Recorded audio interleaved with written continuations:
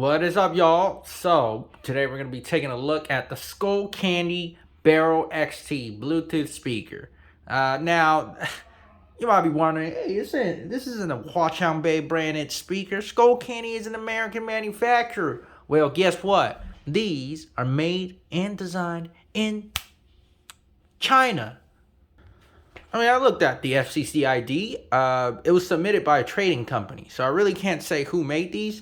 But my best bet is going to be W King, because it had similar drivers to some of the W King speakers. But like I said, I can't say for sure. I'll guarantee you, though, this is definitely designed in China and tuned and made in China, most likely Shenzhen. So yeah, it sort of qualifies the category of Huaqiangbei speakers. Anyways, let's get into the pros and cons. What I like about this thing, what I don't. So first up, what I like about it is it's fucking cheap.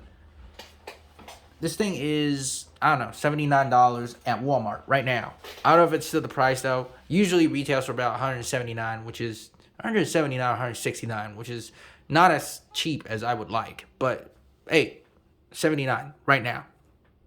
Awesome. Another thing I like about it is that it sounds decent. It's got okay tuning, and not the best, but it's good enough. For $79, that is. I'm looking at a $79 point of view. If it's $179, this is a bad speaker. So yeah, that's that. It's pretty powerful. It gets pretty loud. It sounds pretty decent. And hey, it's a decent speaker overall for $79. But there are some issues. Let's get into the cons, the things I don't like too much about it. First up,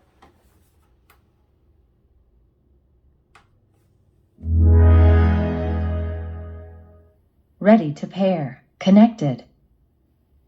every time you turn this thing on, it's yelling at you. It's yelling. Why? Why do you gotta have Welcome Tone so goddamn loud? Not only this speaker, but the RAN cans, it's also fucking loud. Alright, so I popped off the grill, and I don't know, you won't be able to tell out here, but these drivers are not properly sealed when I got these. There's no sealant, like foam pads whatsoever in these at all. And this one is leaking air from the woofer. Bad build quality. This thing's got terrible build quality in it. And looking at this, there's no foam pads whatsoever. Zero, none, except for the ring under the woofer over here. This is going to be a problem because once you have the grill on here, and once you be playing bass really loud, it's going to vibrate. And it's going to make the vibrating noise like something hitting each other without the foam pads to cancel that out. So that is bad build quality. These don't have good build quality like what you wanted. And especially for $169, that is not good, quality. At least it's not as good. Not good enough for it to being $170. Also, just another thing I don't like about this is that this LED right over here, every time you turn this damn thing on, you have to turn off the lights. Just like the goddamn Zinco groups. I don't know why they do that. Like, is it that hard to have it programmed into the microcontroller in there? Like, you kept the equalizer mode. The equalizer mode was kept whenever you turn it back on again, but not the lights. I don't know why. They could have done better on that. Anyways, this is that speaker. Let's do a quick sound test. Alright, before I do the sound test, listen to that. Listen to that. That's the biggest issue I have with this speaker.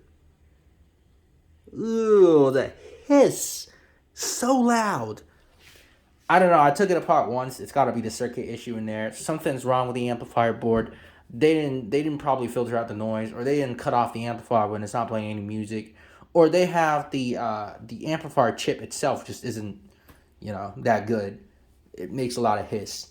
We're going to do a sound test real quick, and you'll see what the problem is. Another thing you will probably be able to tell during the sound check is that, hey, the Bluetooth sounds grainy, just like a lot of other Chinese speakers. So far, the only Chinese speakers I have right now that does not have that kind of a grainy sound is the Transmart Element Pro, or the Transmart one, the brick-looking one. I forgot what it was called, whatever. I don't give a shit. And this bad boy right over here. So, let's do a sound check.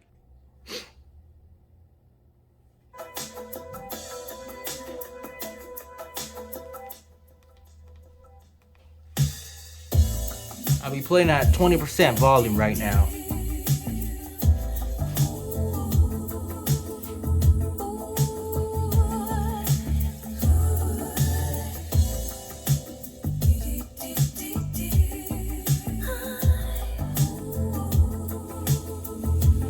is the bass boosted mode. Is it just a dream I'm having inside my fantasies? Come to me. I'm gonna switch to the other mode, you'll be able to hear it. Thoughts I never stray from the heart of you. Come to me. And if we can be on the surface, we can be under the water. Far underwater. I only think the bass boot mode sounds a little better, so we keep it at that. We can be under the water. It's underwater love.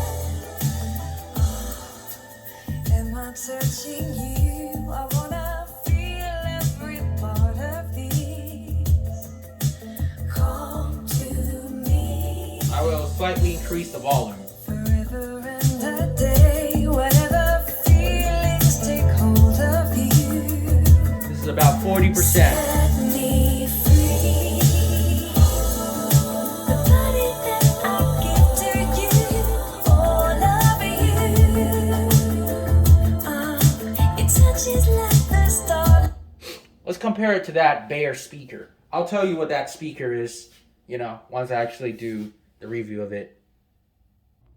Alright, so it's going to be the Skullcandy Barrel XT playing first against the Triangular speaker. Your body makes me delve into all I do. Taking me to life, and if we can be on the surface, we can be under the water. Alright, Triangular speaker. Underwater love, and if it's such a deeper purpose, we can be under the water. For underwater love can be on the surface, and we can be under the water. We can be under. Skullcandy.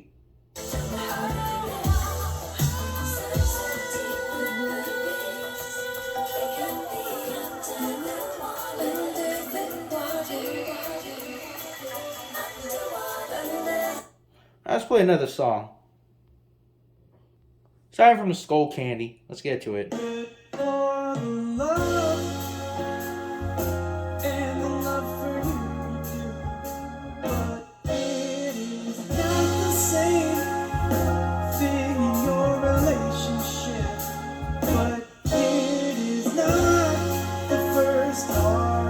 Alright, song, other speaker. Glitchy there, eh?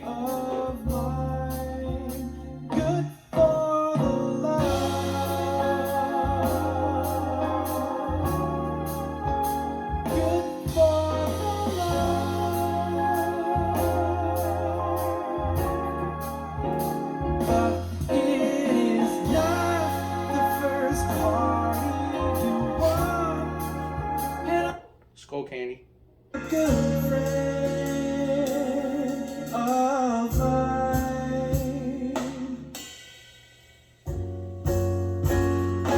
Ready for a break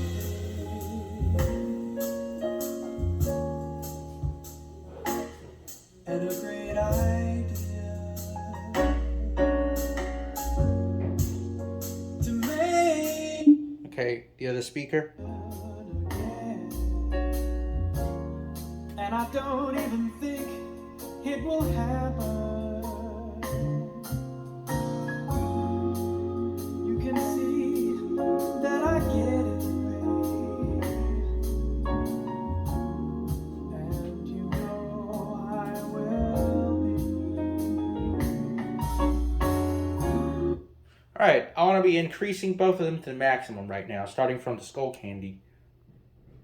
In the same room as the other two.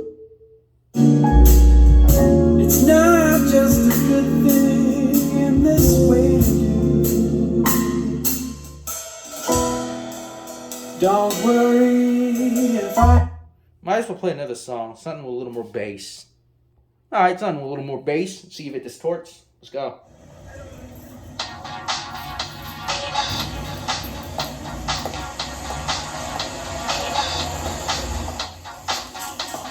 Let me skip it a little. Alright.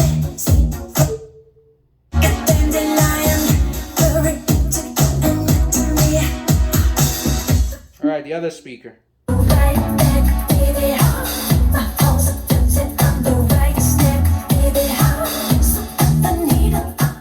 Skullcandy.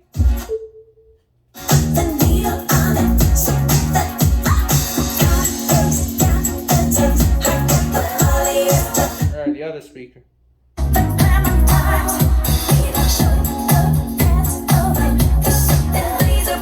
Alright, I guess that's, you get an idea of how loud both of these goes.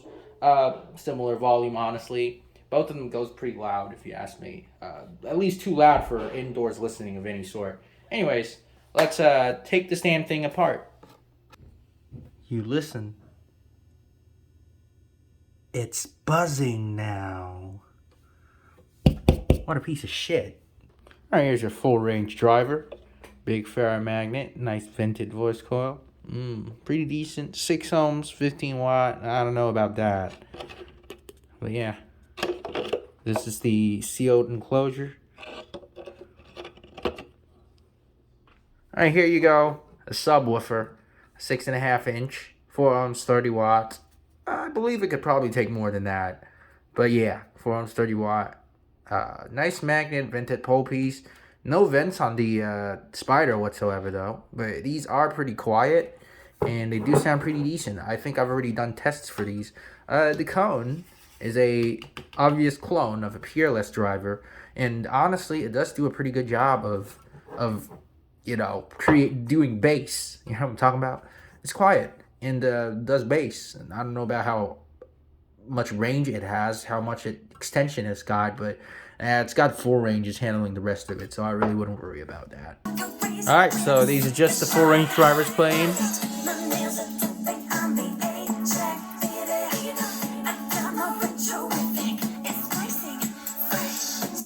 Yeah, decent. I'm gonna say they cut off at about 200-300 hertz, somewhere around that. I'm not really sure. So I guess you could call this 6.5 inch driver a subwoofer instead of a mid woofer, because these 4 ranges are handling the mid frequency as well. As for just exactly what is the cutoff frequency, I think I'll have to run like a quick analysis, sweep analysis with these. I was too lazy to bother grabbing my 82 to do all that sort of measurement. But yeah, I'm gonna say I ballpark it around 200-300 hertz. I don't really know. I didn't really take a close listen, nor did I do a frequency sweep, so I can't really say for sure. I don't have perfect pitch. Anyways, let's get into that circuit board, pop that thing out, see what's in there. Alright, so looking at the amplifier board, we have 2 of these NF-NTP8825 Class D amplifiers. These are Korean amplifiers, surprisingly. One of them is used as a bridge mono amplifier. That one is powering the subwoofer, which is that connector over there. And this one is powering the 2 full range drivers out there. Now, as for the Bluetooth chip, I'm going to try to get an angle you guys could see. Bluetooth chip, there you go. It's the ATS 2835P, typical system on chip Bluetooth thingy. And over there, we got some power management chips for charging the lithium ion battery. It seemed to be a 6-cell battery. I could be wrong, could be 4-cell. Down inside there, the reason I assume it's a 6-cell is because I see what seems to be a buck converter down in there. That would boost the voltage that is charging the charging voltage, that's 22 volts. Back there, you can see passive radiator, as well as the 2 on the side, which I am not going to show. There you have it. Quick teardown. It's still, yet again, an extension of the 3-chip config of cheap Chinese Bluetooth speakers. It's always like that. Oh well, it's fine. At least it doesn't sound all that bad, if you know what I'm talking about, but it sounds only okay. Well, I'm going to give you my opinion as I put this whole thing back together. Alright, so, my conclusion. Now, it being a 2.1 speaker with 2 full-range drivers instead of 2 two-way satellite speakers like the JBL Boombox 3, you're not going to get that good of a high extension compared to speakers with actual tweeter, like the Chinangular speaker over there. All right. Now, it does have decent bass, and it does keep a lot of bass even at maximum volume. But like I said, it's no good when any other frequency doesn't perform as well. The bass is the best in the speaker. If you want decent bass, nice, decent performing speaker with bass, get this one. But you're going to keep in mind that you'll be messing out some of the higher upper treble. And sometimes the mids of these speakers sounds kind of funky as well, which isn't as present as on those Chinangular speakers. All right. Anyways, for $79, this is definitely worth it. I'll be honest with you. But if you're actually paying $169 for this damn thing, yeah, stay away from it. It's not worth your money, really. If for $169 you could get something like an Anchor, you get something like a Tribbit that, for as far as I know, does not make weird hisses and buzzes like these do. And the build quality, from what I've seen teardowns on YouTube, is a lot better than this damn thing. It's not bad, but like I said, it's not worth your money if you're actually paying that much for it. So that would be my conclusion. Sound wise, it's good. It just has some weird artifacts to it. So, like I said, if you don't mind it, if you just want to throw a random party out there, go for it. But if you actually do care about sound, you want your speaker to sound more in a hi-fi kind of feeling, or not hi-fi, but you want a JBL like sound, I don't know if you're gonna get it with these, because I really don't feel like these are any good sounding at all. It's just decent for the price. If you compare it against something that's worth $170 something, does not compare. So there you have it, guys.